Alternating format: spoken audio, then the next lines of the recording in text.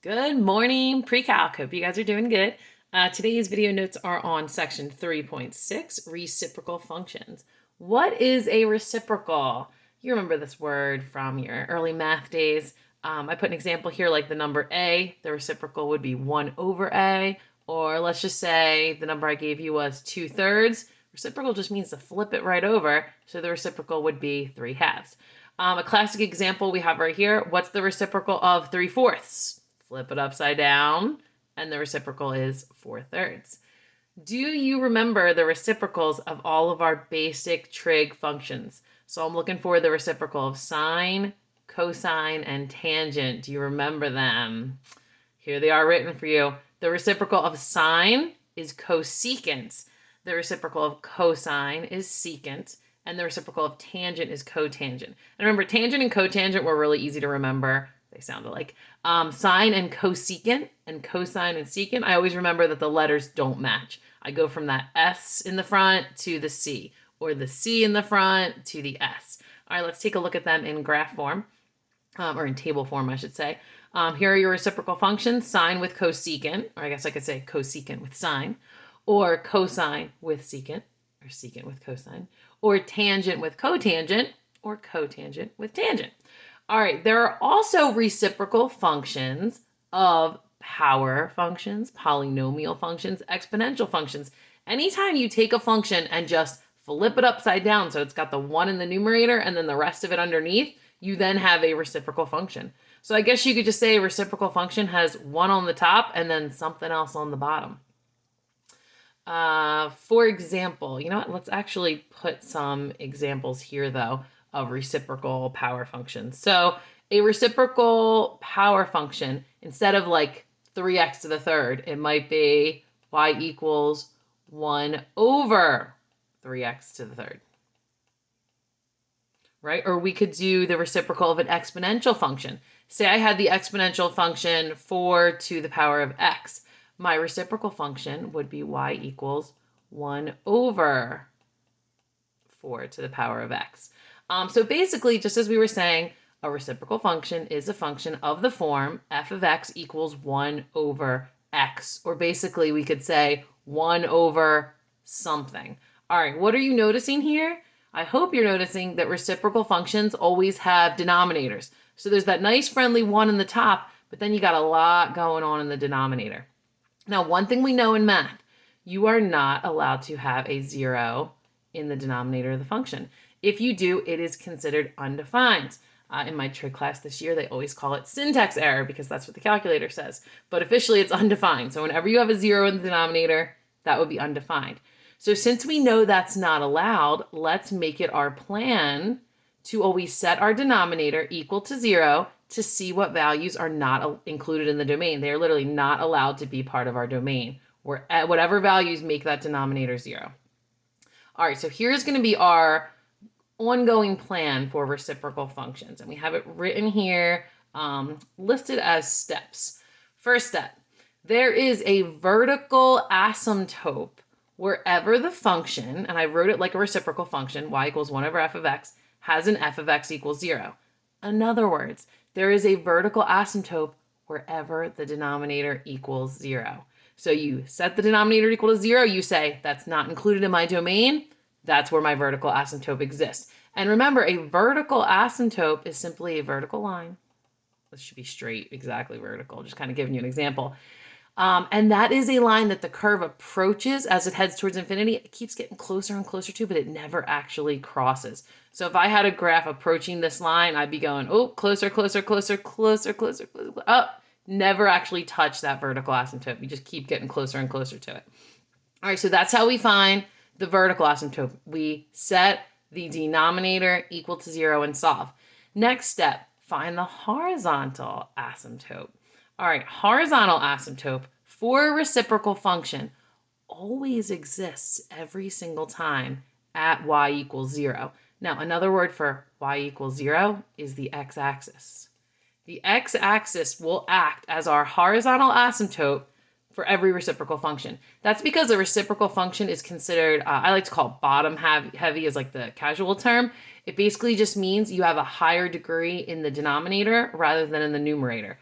And that's because you have 1 over something, right? So in this example over here, the degree of my denominator is 2. The degree of my numerator is 0. So of course it's bottom heavy. This has a higher degree down here. Any bottom heavy function always has a horizontal asymptote at y equals 0. So we know that will be there. All right, so quick note about horizontal asymptotes. This is going to come up in our next lesson, but I kind of just want to bring it up. A graph can cross a horizontal asymptote.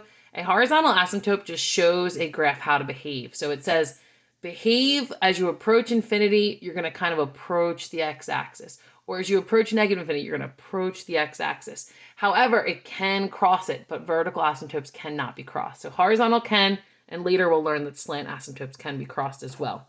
All right, now, in order for us to complete problems of this type, we are going to make a sketch of our graph that is based on our vertical asymptote, which you might see me refer to vertical asymptotes as just VA, based on your horizontal asymptote, which we know is just y equals 0 or the x-axis, and any points in the region between. And we will see what kind of points we might need as we go to our example in just a minute. I would also like you to please always include a y-intercept when possible. Now, just as a reminder, to find a y-intercept, what do? We simply turn all x's into 0 and evaluate. This works every time with every type of function. Whenever you want to find a y-intercept, you simply turn all x's into 0 and evaluate. Then you'll have your point in this form, 0, comma, whatever you found. Now keep in mind, there might not be a y-intercept. Graphs don't have to cross the y-axis. So if there is one, we're going to include that along with our extra points. So we'll include the vertical asymptote, the horizontal asymptote, the extra points, which may include a y-intercept if one exists. All right, our plan for the remaining part of this video, I want to work through example 4 on page 147. So we're going to go to our whiteboard and do this in just a second. This will be your homework assignment. Page 149, you're going to do 5 to 9 all, and then for numbers 11 to 20 odds, I want you to follow these directions. Sketch it and give the domain only, no range, check on your graphing calculator. When you sketch it, I expect you to include your vertical asymptote, your horizontal asymptote, your y-intercept if possible, and any needed points in the region. So that is all considered part of your sketch on those. If you're looking for additional practice, this is why I let it go up to 20, even though it's an even number. You might want to work on 12 to 20 even to kind of get a little bit of extra practice in. I'd be happy to go over them with you so you can see how it's going. All right, let's go over to our whiteboard and check out example 4 together. All right, here we are at example 4. Feel free to take a second and pause the video and make yourself this list because you're going to need to include this, right, every time you do your reciprocal function. All right, so first step, find the domain. So I said to find both the domain and the vertical asymptotes in this case, I take the denominator and I set it equal to 0 and solve. So in my case, my denominator is x squared minus 4, set that equal to 0 and solve. I can solve this 2 different ways, okay? So I'm going to do both ways because I want you to see them both. You only have to do one way. One way would be to factor. So x squared minus 4 factors into x plus 2 and x minus 2. And I can set both of those equal to 0. X plus 2 equals 0, which means x equals negative 2. X minus 2 equals 0. If I set that and solve, I'll get positive 2. Those are my 2 answers. Or I can solve using square roots. I can start right here. I want to isolate x squared by adding 4 to both sides. X squared equals 4. Get rid of the squared. Let's square root both sides. Now at this point, I must remember plus or minus. Whenever you square root both sides, so important to include that plus or minus. Sometimes I draw this little emoji to remind myself, whenever I square root both sides, I'm including plus or minus. And my answer is plus or negative 2, which is what I thought before. So basically, my domain is everything except for x can, this is a not equal to, let me make that a little more clear here.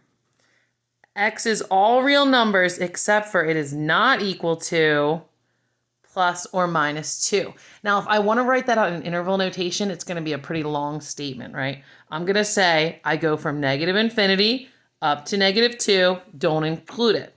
Then I go from negative 2 up to 2, not inclusive. Then I go from 2 all the way up to infinity. That would be the full domain. Now, in terms of the vertical asymptotes, there's a vertical asymptote at x equals -2. There is a vertical asymptote at x equals 2. All right, next step, horizontal asymptote. Now, a reciprocal function is always bottom heavy. So there's always a horizontal asymptote at y equals 0, which is also known as the x-axis. So I can just put that there. Don't even have to do any work for it. The y-intercept is simply found by turning all x's into zeros. So if I turn that x into a 0, I will have 1 over 0 squared minus 4, which is 1 over 0 minus 4. 1 over -4, my y-intercept is at -1/4. So my y-intercept occurs at 0, comma, -1/4. All right, now it's a little hard to say what extra points I need yet until I start to sketch this on my graph here. So let's sketch what we already have. We have a vertical asymptote at 2 and -2.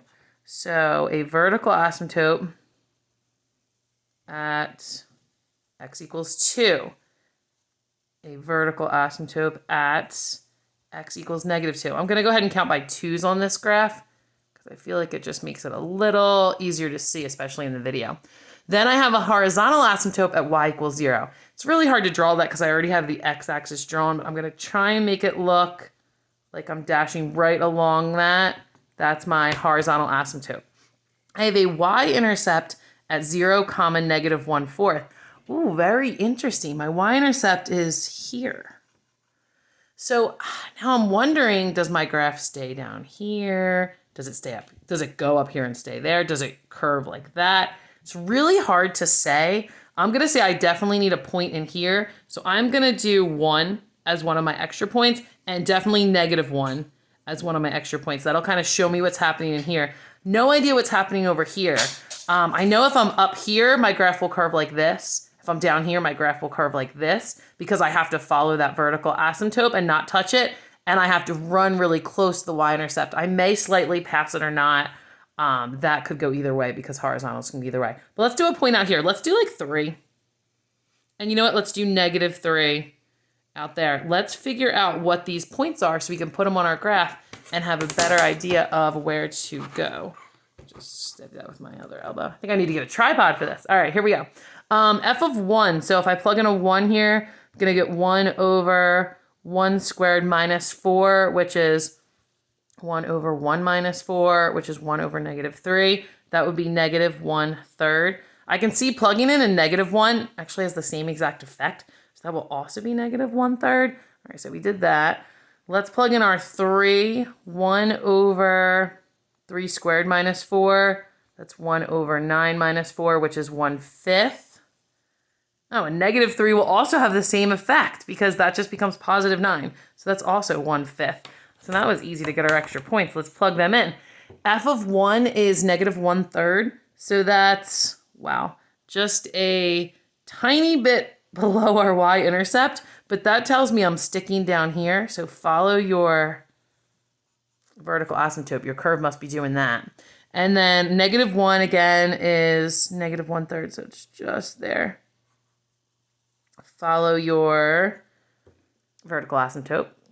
Then if you're feeling unsure still, you're not sure that it curves down, you could do another point over here. Maybe do like -1.5 and you'll see that you're way down here. And that'll kind of build your confidence as to where to go. Let's put in our other points. Oh, F of 3 is positive, right? So here's 1, here's 2, here's 3 out here. Just slightly positive, which means I must curve really close to this and then come in around that way. And F of -3 was also slightly positive. So I must follow that vertical asymptote, try not to cross it. I'm getting really close there. And curve around that way.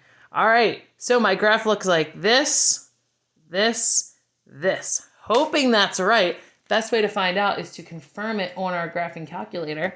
So let's go ahead and graph it and see if we get this. So let me take a look at my equation here. See how it's 1 over x squared minus 4? I need to remember to utilize parentheses here. So when I type this in, I'm going to type in 1 divided by parentheses around the entire denominator. If the numerator was anything more than a 1, I would have put that in parentheses too, but I don't need to because it's just a 1. So parentheses around the whole numerator if it's something other than 1, whole denominator. Let's graph this. Hoping it looks kind of like our graph here.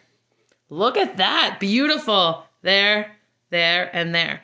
All right. Awesome job today with our rational functions notes. Make sure when you go ahead and do your homework that when you sketch your function, you always include the vertical asymptote, the horizontal asymptote, y-intercept if possible, and any needed points in between the region. I also would like you to state your domain, preferably in interval notation. Have a wonderful day, and I will see you soon.